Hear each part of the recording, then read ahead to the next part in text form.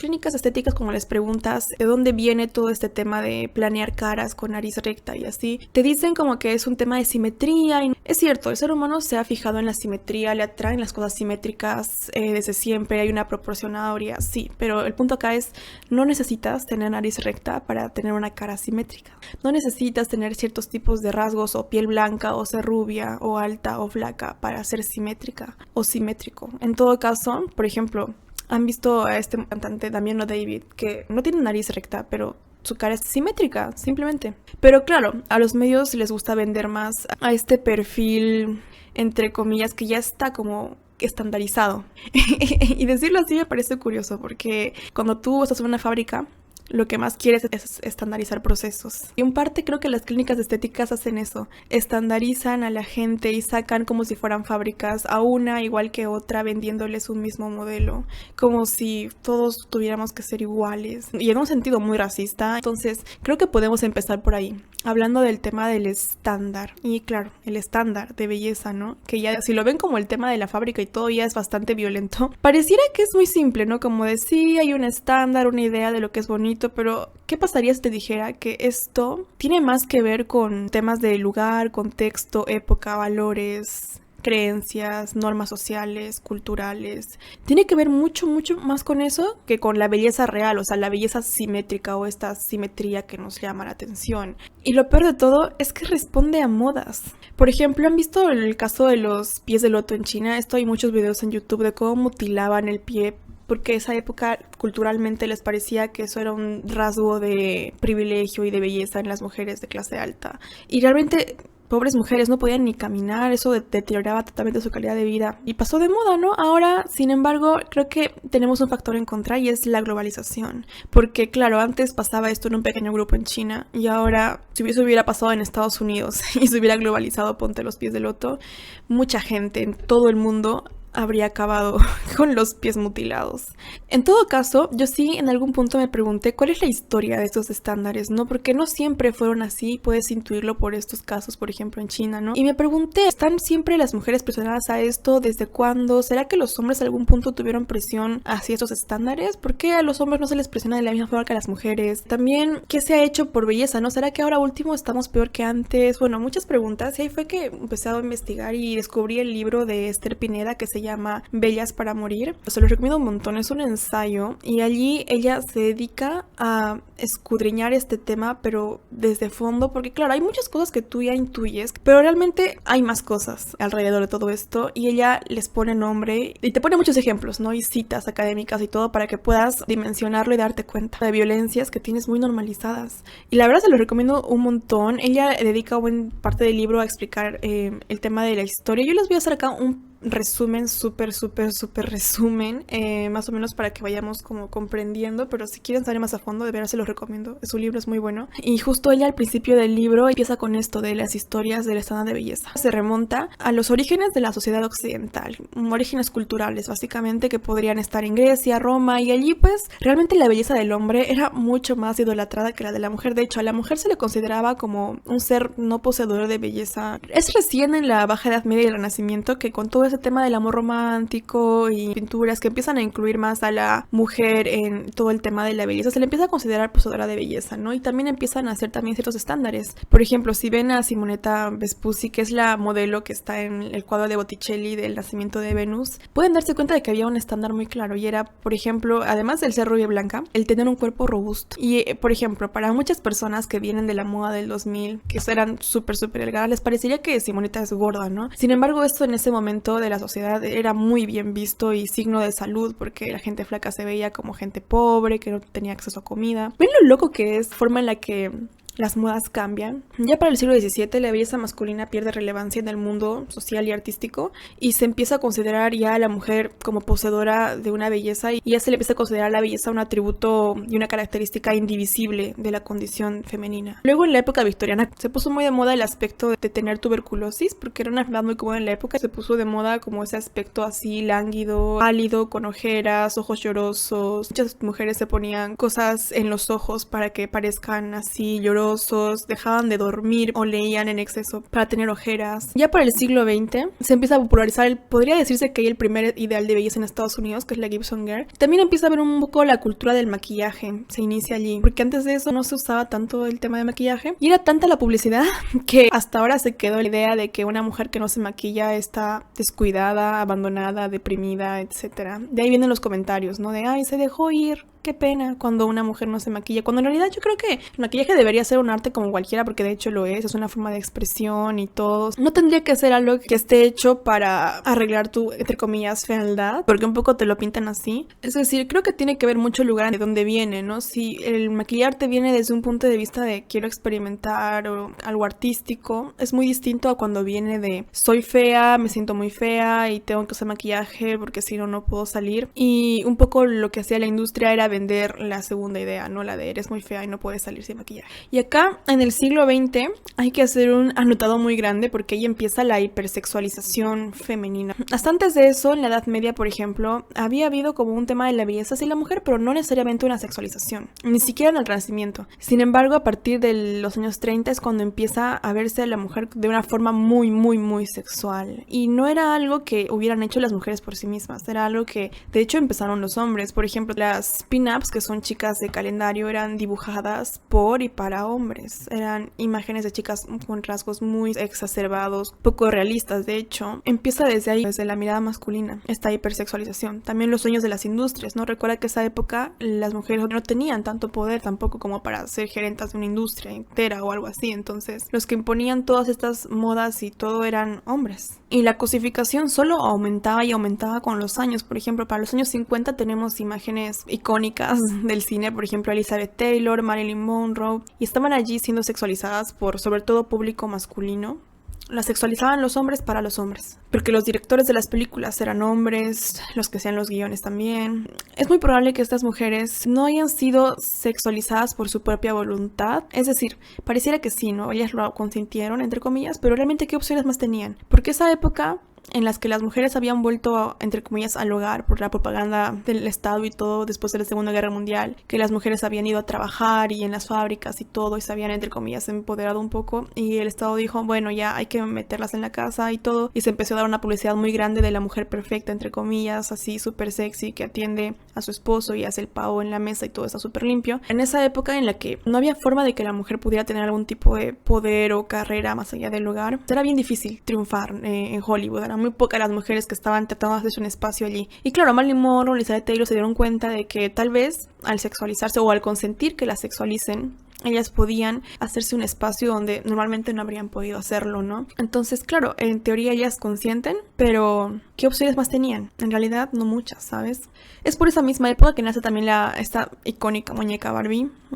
Ustedes saben la historia de Barbie, de hecho, inició justo como un juguete de una mujer muy sexualizada, hecha lo mismo, por hombres, para hombres. Y lo que hace la que creó Barbie es copiar a esta muñeca, porque notó que a su hija le gustaba jugar con eso, curiosamente. Entonces copió la muñeca, la hizo muy similar, pero el cuerpo y todo era un poco el mismo, así súper exuberante, con el busto súper exagerado, proporciones que en la vida real jamás encontrarías. Y indirectamente ahí empezó una campaña masiva en todo el mundo, porque luego Barbie se hizo famosa y se fue a todo el mundo ahí. Por ejemplo, yo crecí jugando con Barbies y todo. Y empieza a haber como una discriminación indirecta. Es decir, claro, Barbie es rubia, blanca, de ojos azules, y al distribuirse este juguete en todo el mundo, como el mensaje indirecto que les hace a las niñas de África, a las niñas de Latinoamérica, a las niñas de Asia, es como decirles, mira, esto es lo que es bonito. Prácticamente es como si dijeras, tú no eres bonita porque no cumples con estos rasgos físicos. Y saben, era me parece muy hipócrita que Barbie, para limpiar su imagen un poco, ya sacado esta película en teoría disque feminista, pero realmente es un feminismo muy básico y conveniente, que ella lo utiliza un par de argumentos feministas para tratar de limpiar su imagen como empresa, cuando en realidad nunca se hizo cargo de lo realmente problemático, que era, por ejemplo, el hecho de que Barbie, la principal, fuera rubia, blanca y con cierto tipo de cuerpo y estereotipo que cumple Margaret Robbie, y por eso es la protagonista, de hecho. Y me parece muy poco responsable de parte de la empresa que haya bombardeado a todas las niñas con esta idea de la mujer perfecta por años. Y de hecho con esa publicidad también de Barbie, tú puedes ser lo que quieras ser, siempre y cuando seas como Barbie, rubia, blanca, etcétera. Y realmente después de haber dañado la psicología de miles de niñas alrededor del mundo, luego vengas con una película a decir, oye, ¿sabes qué? Cambiamos de idea.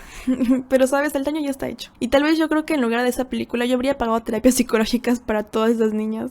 Creo que eso habría sido un poquito más justo, pero bueno. Ya para los años 60 sale la revista Playboy, continuando con toda esta hipersexualización de la mujer. Y para los años 70, en esta revista Playboy se incluyen a las mujeres negras, porque claro, antes de eso había un racismo tan grande que no se consideraba a la mujer negra como poseedora de belleza alguna. Y mucha gente podría decirle que, ay, sí, están progresando, ya no hay tanto racismo, etcétera. Pero en realidad esto lo dice Esther Pineda en su libro. Lo que hizo la revista Playboy en ese momento fue empeorar la discriminación que ya había hacia las mujeres negras y su hipersexualización, porque ya había un estigma sobre ellas, ¿sabes? Porque claro, ellas habían sido objeto de abuso en las plantaciones, esclavizadas, y se tenía en el imaginario social que la mujer negra ya era de por sí muy sexual por sus rasgos físicos y así, y al meterla en Playboy solamente empeoraron estas cosas, profundizaron su opresión. En los años 80 se ponen de moda los cuerpos delgados, atléticos, tonificados, y sobre todo se pone muy de moda el tema del aumento de pechos. Ahora, habría que decir, ¿eso fue casualidad? Obviamente que no, porque veníamos desde los años 30 con el tema de la hipersexualización y de dibujos y de series y de todo,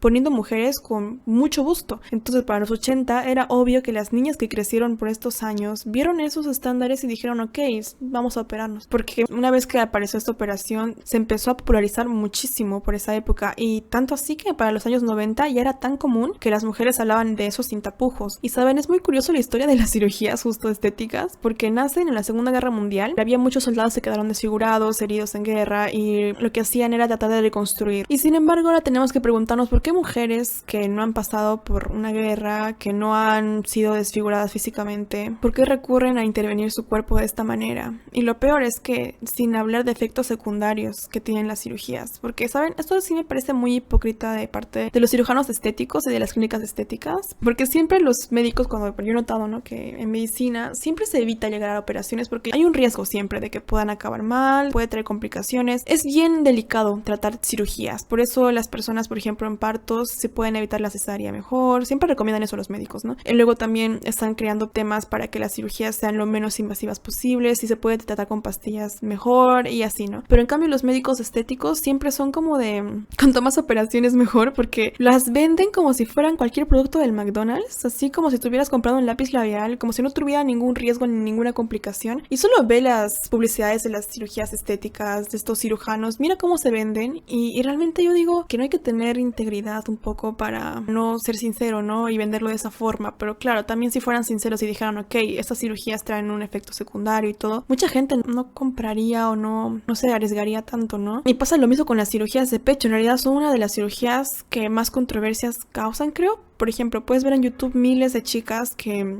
han pasado por una cirugía de pecho y luego te cuentan por qué se lo quitaron, y es que ni siquiera tuvieron que esperar a que se reventara la prótesis, porque ya de por sí la prótesis podía bien ser tóxica, y ya ha habido muchos escándalos de empresas que creaban esas prótesis que han hecho cosas tóxicas, y que hay mujeres reales que ahora están viviendo las consecuencias. He visto casos en los que, por ejemplo, hay mujeres que no han podido ni respirar bien por las prótesis. Entonces, al final es un gran riesgo, ¿no? Pero para que vean, esto empieza en los 80 y tiene un porqué. No es casual que hubiera ese estándar después de todo lo que bombardearon en los 50, 30, 40. Para los 2000 empieza esa fatídica moda del ser súper delgada. Y esto creo que fue uno de los estándares más mortales que pudieran haber existido en el mundo. Porque, claro, los trastornos de conducta alimentaria de esa época se dispararon como en ninguna otra. Hubo modelos que incluso fallecieron por este estándar. Por ejemplo, el caso de Luisel Ramos, una modelo uruguaya que después de la Semana de la Moda en Uruguay hizo un desfile, y después del desfile falleció justo por trastornos de conducta alimentaria. Y lo más trágico es que su hermana también tenía el mismo problema, y 6 meses después también falleció por el mismo tema. O sea, ¿se dan cuenta de lo que estamos hablando? Empezó a cobrar vidas. Si lo ves como en retrospectiva histórica de esa forma, realmente asusta. ¿Y sabes qué es lo peor de todo? Que claro, antes los estándares cambiaban cada 100 años, ahora cambian cada 10, cada 5. O sea, como les digo, esto más que cualquier cosa es una moda. Por ejemplo, en el año 2010, 10 años después de la moda de ser súper delgada, aparece Kim Kardashian con esos atributos físicos exuberantes, mucho pecho, mucho trasero, y claro, se pone de moda su tipo de cuerpo y empieza a haber un aumento en las cirugías de trasero, por ejemplo, que es por cierto una de las cirugías más mortales que existen. O sea, ni siquiera la de cirugía de pecho es tan peligrosa. Pero para que vean el nivel de cambio que puede haber, porque claro, hasta antes de Kim Kardashian no se veía bien que una mujer tuviera mucho trasero o mucho pecho, porque estaba de moda ser súper delgada, entonces cuanto más plana mejor. Pero yo voy a lo ridículo que suena el hecho de que a todas esas chicas que crecieron por 10 años con este estándar y que pudieron bien estar ya enfermas de la mente de mil formas por los trastornos de conducta alimentaria, luego vengas y digas, ay mira, ya fue esa moda, ahora tienes que operarte. Es como un chiste de mal gusto. ¿Sabes qué es lo peor de todo? Que luego en el 2022 la misma Kim Kardashian pone de moda el cuerpo delgado de nuevo. ¿Por qué? Porque se le ocurrió que quería entrar en el vestido de Marilyn Monroe, que pues bueno, no entraba, bajó de peso y pucha, la gente se volvió loca, empezó a querer de nuevo bajar de peso y así. O sea, ¿se dan cuenta? Una decisión tan estúpida que podría haber pasado en cualquier parte del mundo de quiero ponerme un vestido X y voy a bajar de peso para eso. Con el tema de Kim Kardashian y la globalización y todos estos medios, se volvió tan masivo que ahora una decisión así puede costarle la vida a miles de personas en todo el mundo. Súper loco. Y ahora quisiera que pensemos en el estándar actual, quizá en el que tenemos en nuestra mente, ¿no? A ver, si te pregunto qué es lo que imaginas por belleza, es muy probable que imagines primero a una mujer, muy probable. Y también muy probable que imagines quizá a alguna de estas supermodelos, por ejemplo, Bella Hadid.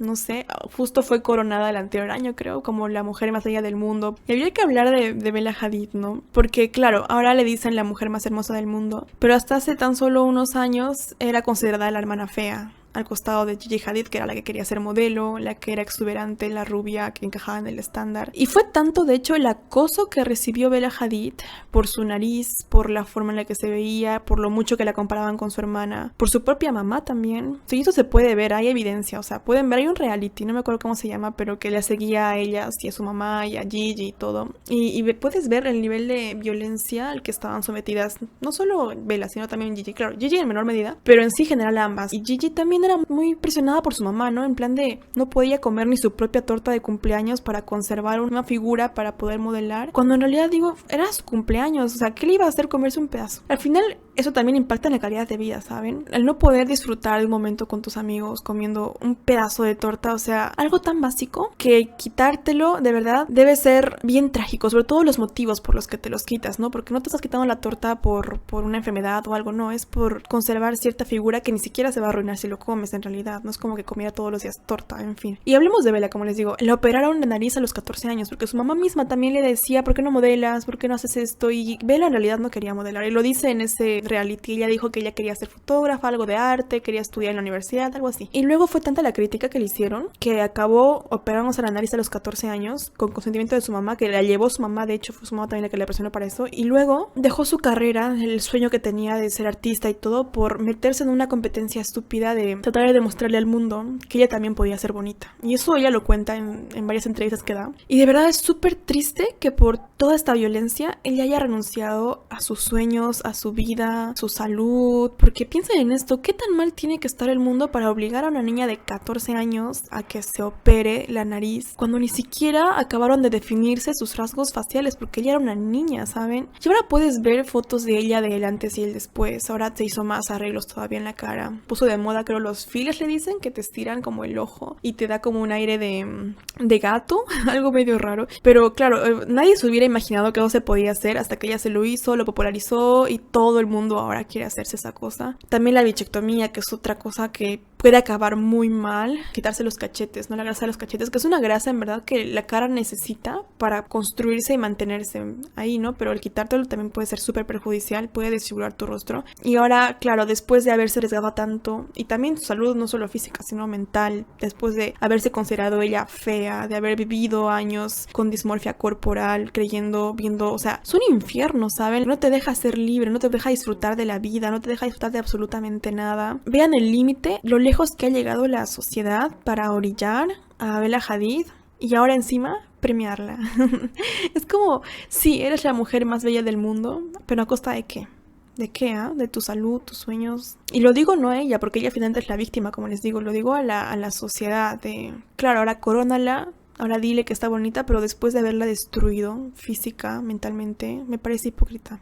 Y lo peor de todo es que si analizamos bien la imagen de Bella Hadid, vemos que realmente encaja en este estándar social, ¿no? Que, por ejemplo, es una mujer blanca, es una mujer joven, es una mujer que no es gorda, es una mujer que tiene rasgos más o menos europeizados, no es negra, no tiene rasgos indígenas, no tiene rasgos asiáticos. ¿Se dan cuenta? Ahí creo que ya podemos visualizar que este tipo de estándares se basa en discriminación, básicamente. Y esto es justo lo que argumenta Esther Pineda en el libro, que este tipo de estándar de belleza que hemos estado teniendo por tantos años está basado en la discriminación sexista, racista, gordofóbica, gerontofóbica, y es algo que no es fácil de visualizar porque, como les digo, tenemos la violencia muy normalizada y se camufla como cuidado personal, se camufla como mejorar tú, se camufla como amor propio, se camufla como muchas cosas,